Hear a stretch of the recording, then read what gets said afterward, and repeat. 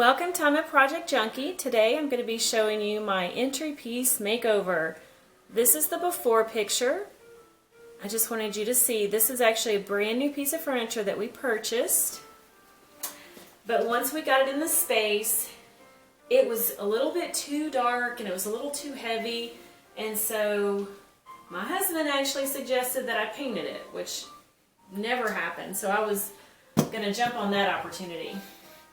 And so I just want you to see real quick how it turned out. It looks way better, and to me it actually looks smaller in the space. And I'll go over a couple of products that I tried. This is that I actually use, but this is a new product for me. And instead of doing the spray chalk paint, I just wanted to explain to you why am I actually painting this versus using the spray chalk paint. Well, when I got the piece in the entry, I didn't feel like taking it back out to the garage, and I didn't want to go through all the production of spray paint and dealing with all that, which is not a big deal, but it was for this piece.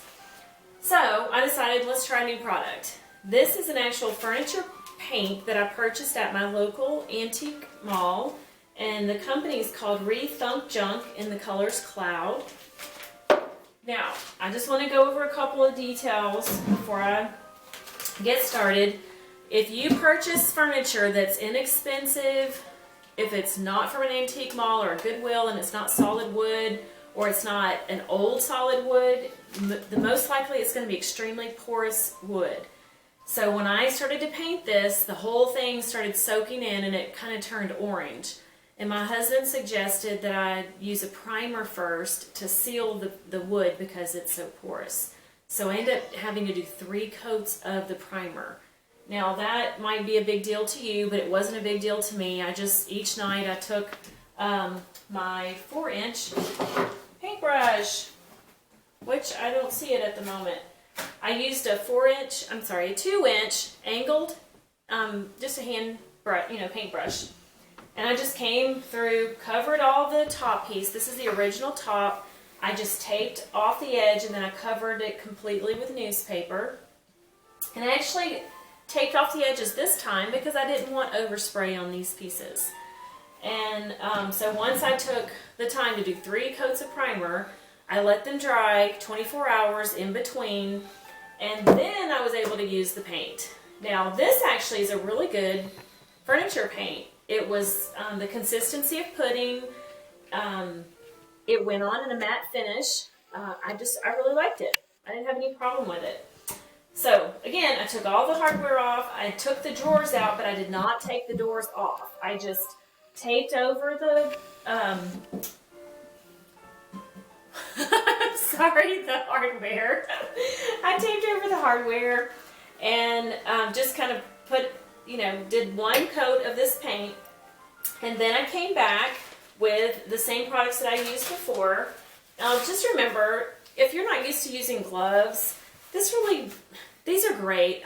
These are like kitchen gloves. I use these for painting, for staining. They're really hardy. You can use chemicals, and they don't bleed through like the plastic, the disposable gloves. Those kind of tear apart real easy, so I switched to these. And so anyway, I used this and a t-shirt, and I came back, once I let it dry 24 hours, I come back with the paste finishing wax, Minwax. Just want you to get the picture of that, and natural. And so I just used the rag. I just put a little bit on my rag, and then I went by and rubbed. I just started out with 1 section at a time. Like I did this section, then I came over and did the side section, and then by the time I finished those 2, I came back with a clean cloth and just lightly buffed it, just to make sure that there's no residue, no extra product on the surface. And then I continued doing 1 section at a time, just this door and then this door, and then I let that dry just a few minutes, then I kind of buffed it lightly, then I continued all the way down, and then I didn't leave that to dry very long, maybe, 10-15 minutes. And so then I came back with the Minwax Paste Finishing Wax in Special Dark. Make sure you see that. And that's where this tool comes in. I just used a plain t-shirt for the natural, but I really like this tool for the dark furniture polish, I'm sorry, the furniture wax. So you basically put it in the can just a little bit, because I didn't want this to be really, really dark. So I just kind of dabbed inside, and then I came in and I just kind of lightly rubbed on all the surfaces, and then immediately I came with a dry rag and I just wiped it off. Not buffing, you just want to wipe all the excess off to get the right color. And so when I finished, you know, sections, I just did a little section at a time.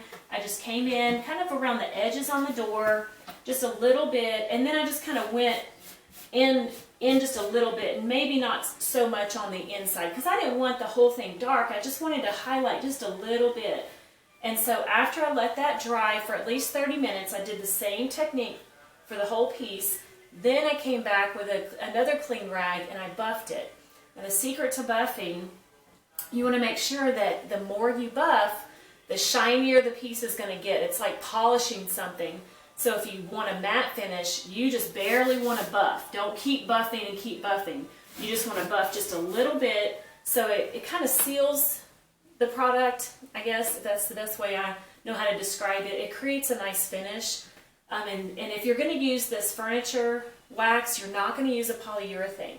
So that's something to think about. This is a product that finishes the wood, the paint job.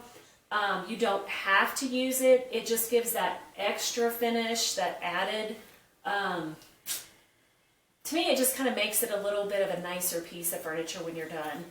And so then once I finish all that, then I go back and I do the distressing with my sanding block, which is not in here. I just used a sandpaper, 180 piece of sandpaper, and I just came in and just kind of, if you're having a hard time figuring out where do I sand, where am I supposed to, you know, distress, I do it by eye. And so to try to explain it, I'm going to give you a little tip. If you focus in the corners and the opposite, like if I started here, I'm not going to do the exact same opposite. I'm going to kind of angle it like this. And so your eye kind of goes down and sees, you know, if I'm going to do here, then I'll go up here. If I do this, then I'm going to go a little angle. So don't do straight across or try to make it equal. Just try to eyeball a little bit to where it's kind of meandering pattern. And so once I finished that, I put the hardware on and I was done. Thanks so much. I hope you enjoyed this video.